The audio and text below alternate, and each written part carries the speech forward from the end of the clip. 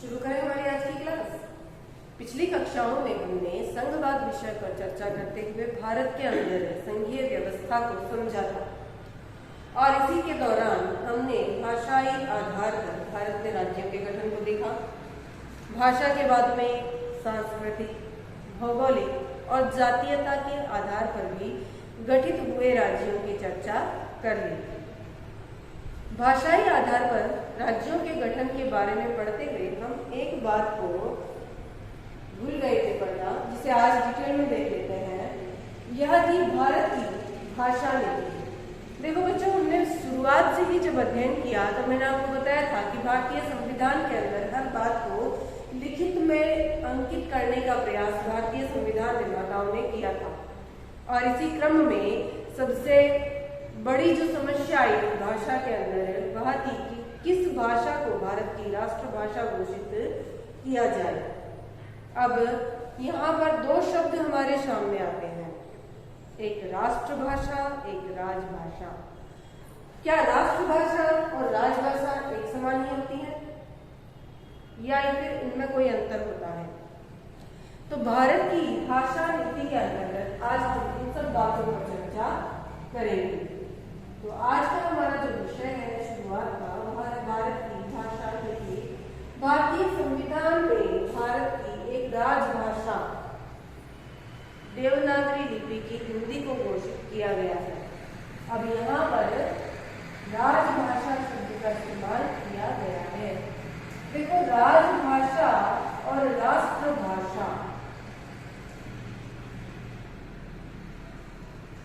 इन दोनों में थोड़ा सा अंतर होता है। राजभाषा किसी भी देश के प्रशासनिक कामकाज की भाषा होती है और राष्ट्रभाषा उस देश के बहुसंख्यक वर्ग द्वारा या देश की सारी जनता द्वारा बोली जाने वाली भाषा होती है। तो हमारे यहाँ राजभाषा क्या है? हिंदी। और राजभाषा कौन सी भाषा होती है?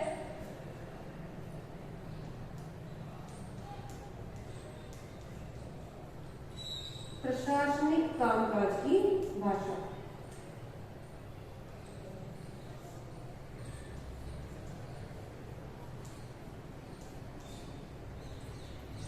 तो एक बात क्लियर हो गई कि भारतीय संविधान में भारत की राजभाषा देवनागरी लिपि द्वारा लिखी जाने वाली हिंदी को घोषित किया गया। और राजभाषा का मतलब होता है किसी भी देश की संवैधानिक तौर पर प्रशासनिक कामकाज को करने की आधिकारिक भाषा। ठीक है। अब इसके साथ ही साथ एक शब्द और मैंने लिखा, राष्ट्रभाषा। राष्ट्रभाषा के नाम पर संविधान में किसी भी भाषा को अंकित नहीं किया गया। इसका कारण क्या था? देखो, 1947 में जब भारत आजाद हुआ तो भारत के अंदर बहुत सारे राज्य ऐसे थे जहां पर हिंदी का माहौल नहीं था। हिंदी भाषा को वहां पर लोग नहीं बोलते थे, अपितु वहां पर हिंदी विरोधी माहौल था। तो ऐसी स्थितियों में जब हिंदी को राजभाषा घोषित किया गया तो राष्ट्रभाषा घोषित न करने का कारण यही था कि देश के कई हिस्से ऐसे थे जहां पर हिंदी विरोधी माहौल था। और राष्ट्रभाषा का मतलब होता है बहुसंख्यक या जनता, देश की संपूर्ण जनता। ठीक है ना?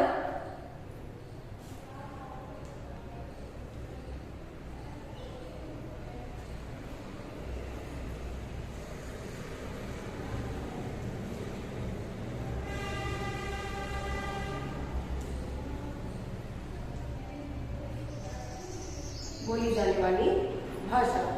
तो अब जिस समय 1947 की हम बात करें तो हिंदी भाषी वर्ग जो था वह उस समय लगभग 40% था।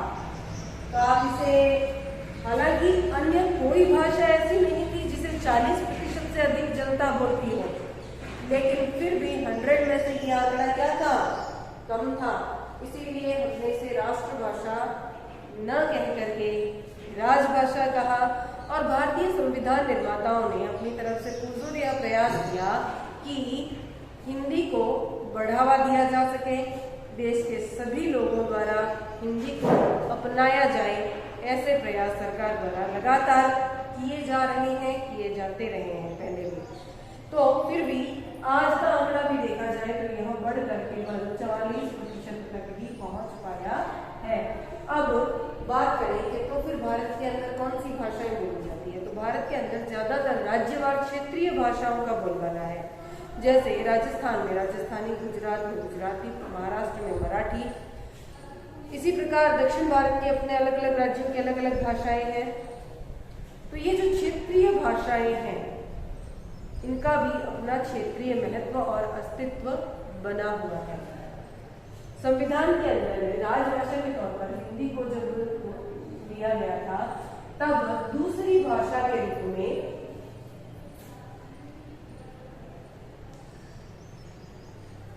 अंग्रेजी को अपनाया गया था। अब जब संविधान बना था तब का प्रावधान ये था कि अंग्रेजी भाषा को 1965 तक के लिए हम काम में लेंगे, बाद में हम अपने देश के अंदर हिंदी को ही पूरी तरह से अपना लेंगे। लेकिन दक्षिण भारत के जो राज्य थे उनमें हिंदी विरोधी माहौल इतना प्रबल था कि 1965 के बाद भी, कब के बाद, 1965 के बाद, अब देखो 47 से 65 इतने सालों बाद भी हिंदी को अपनाने को लेकर विरोध का माहौल वैसा का वैसा बरकरार था। तो फिर हमने दूसरी भाषा के रूप में अंग्रेजी को लगातार अपनाने की मान्यता दे दी। प्रारंभिक अवस्था में प्रावधान क्या था कि 1965 के बाद हम अंग्रेजी को हटा देंगे और केवल हिंदी में अपना कामकाज करेंगे और दूसरी भाषा के रूप में जो भी राज्य होगा वो अपनी क्षेत्रीय भाषा को अपना सकेगा।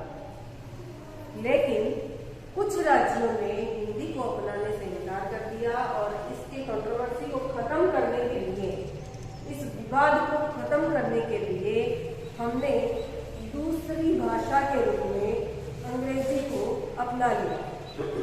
अब प्रावधान क्या हो गया कि एक तो हिंदी भाषा और दूसरी अंग्रेजी भाषा।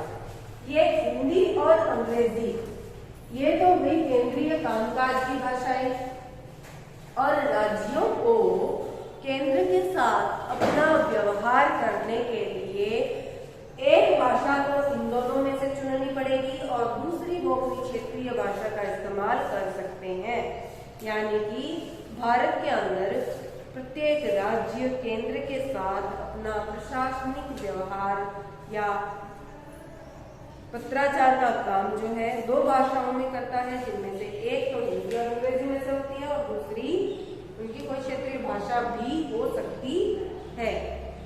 तो ये जो बातें मैंने आपको बताई है कि राष्ट्रभाषा और राज्य भाषा में क्या अंतर है। भारत में राजभाषा के रूप में हिंदी को अपनाया गया है। 47 में 40% लोग हिंदी भाषी थे और वर्तमान में भी इसका आंकड़ा बहुत नहीं बढ़ पाया है, केवल 44% है। अब आगे बात की जाए तो अन्य भाषाओं को भी संविधान में अंकित करने का प्रयास किया गया था 8वीं अनुसूची में। देखो भारतीय संविधान की जो 8वीं अनुसूची है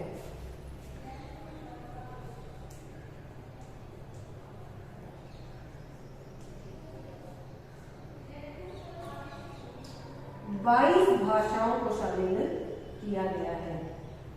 अब आप कहोगे नहीं भी करते तो क्या फर्क पड़ जाता और फायदा क्या है कर दिया तो? फायदा ये है कि भारत के संविधान के अनुसार कोई भी सांसद, कोई भी विधायक संसद में या विधानमंडल में इन 22 भाषाओं में अपना स्पीच दे सकता है, अपनी स्टडी की डिग्री इन भाषाओं में लेकर के आ सकता है। जरूरी नहीं है कि वो हिंदी अंग्रेजी में से जानकार हो। हाँ ठीक है, होना चाहिए, दोनों में से एक भाषा पर व्यक्ति की कमांड अनिवार्य है, लेकिन यदि आवश्यकता है या यदि ऐसी स्थिति आ जाए तो वह इन 22 भाषाओं में भी अपना भाषण दे सकता है, अपनी डिग्रीज ला सकता है, अपनी स्टडी दिखा सकता है आदि। ठीक है ना? पहले 21 थी, अब 22 हो गई है। ठीक है, आगे बात किया जाए तो इसके साथ साथ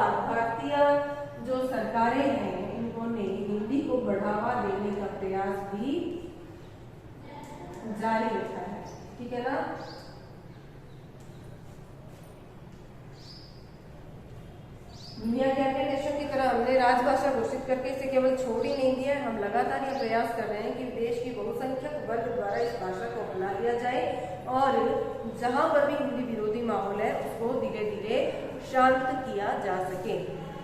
आगे बात करें तो भारत के अंदर भाषाई नीति को हम लगभग समझ चुके हैं कि भारतीय संविधान में हिंदी को राजभाषा के रूप में अपनाया गया है और 22 अन्य भाषाओं को 8वीं अनुसूची में शामिल किया गया है। अब केंद्र और राज्य के संबंधों के बारे में बात करें तो हमने पहले ही पढ़ा था कि भारत के अंदर जो संघीय व्यवस्था अपनाई गई है उसके अनुसार भारत के अंदर त्रिस्तरीय संघीय ढांचा दिखाई देता है। अब शुरुआत में क्या ये सरकार इस तरह से काम कर पा रही थी, इनमें कोई दिक्कतें तो नहीं थी। इन बातों को भी हमें डिटेल में समझ लेना चाहिए क्योंकि हम अब 10वीं कक्षा के विद्यार्थी हैं तो देश दुनिया की जानकारी और उनकी समझ हम में विकसित होना बहुत जरूरी है। आगे चर्चा करते हैं हम केंद्र और राज्य के संबंधों की।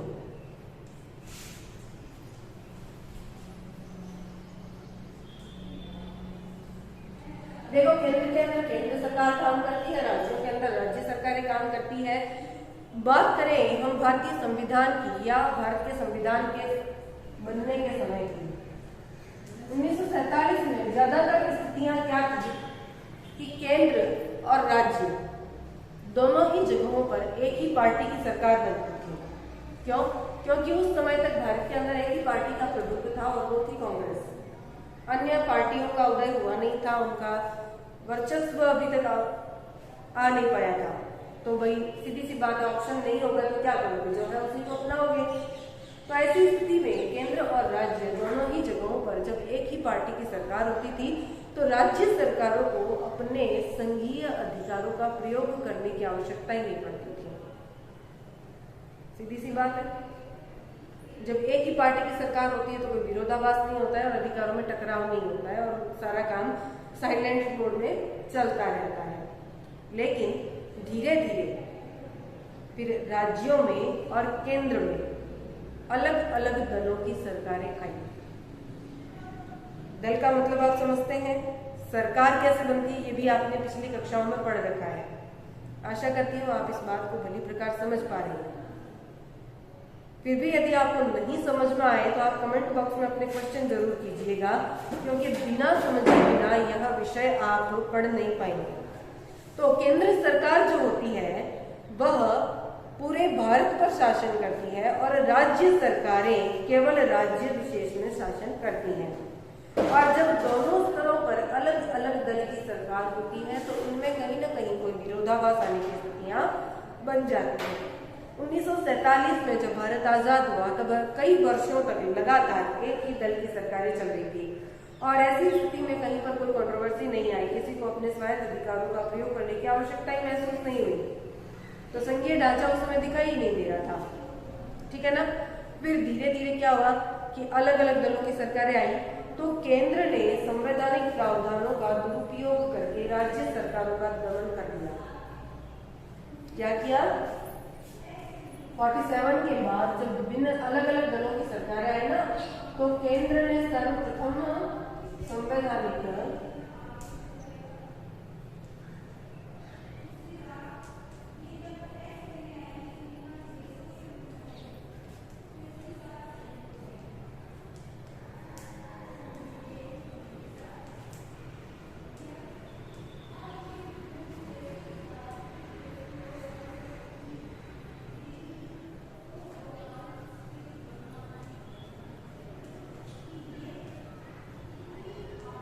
राज्य सरकार को क्या कर दिया? विघटन कर देते थे।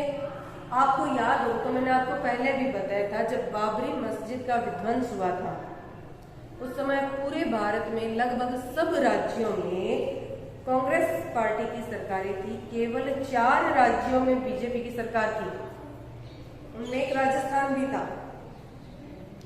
और जैसे ही बाबरी मस्जिद का विध्वंस हुआ उसी समय केंद्र सरकार ने जो 4 राज्य कांग्रेस की विरोधी पार्टियों की सरकारें चला रहे थे उन चारों की सरकारों को बर्खास्त कर दिया था। कई बार ये उदाहरण मैंने आपको बताया है, आपको अब तक याद भी हो गया होगा। तो ये क्या था? संवैधानिक अधिकारों का दुरुपयोग ही हुआ ना। भाई आपकी पार्टी की सरकार नहीं है तो दैट मीन्स आप उसको विघटित कर दोगे। और ऐसी जो परिस्थितियां कई बार उभर कर सामने आई, तब 1990 के बाद में विभिन्न दलों ने अपने अपनी पार्टियों की मजबूत सरकारें बनाना प्रारंभ किया। अपने अपने स्वायत्त अधिकारों को लेकर के सजग हुए और केंद्र और राज्य के संबंधों में धीरे धीरे बदलाव आने लगा। या यूं कहें कि केंद्र की जो तानाशाही थी वह अब नहीं चल पा रही थी। क्यों? क्योंकि राज्य सरकारें अपने अधिकारों को लेकर अब जागरूक हो चुकी थी। फिर इसका परिणाम क्या निकला? इसका परिणाम देखिए, सबसे पहला परिणाम तो क्या निकलेगा कि क्षेत्रीय स्तर पर विभिन्न पार्टियों का उदय हुआ। ठीक है ना?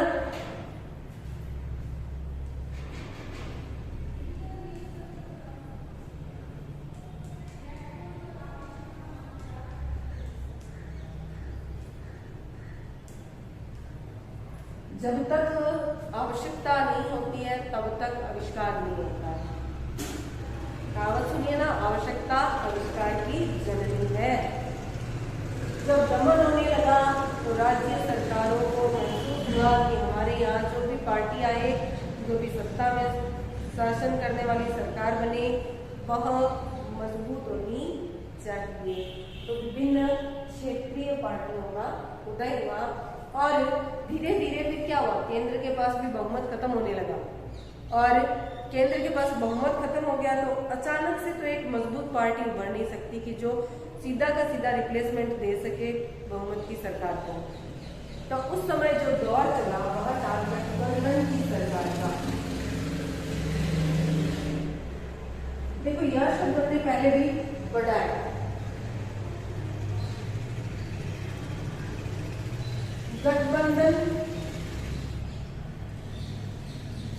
गठबंधन का मतलब हो गया कि जब किसी भी एक पार्टी को बहुमत नहीं मिलता है तब वह विजयी होकर आए विभिन्न पार्टियों के सांसदों के साथ समझौता करके सरकार बनाती है। ये होता है गठबंधन। ठीक है ना? सामान्य शब्दों में कहें तो एक से ज्यादा राजनीतिक पार्टियों द्वारा साथ मिलकर बनाई गई सरकार। क्या होती है गठबंधन सरकार? एक से ज्यादा पार्टियों द्वारा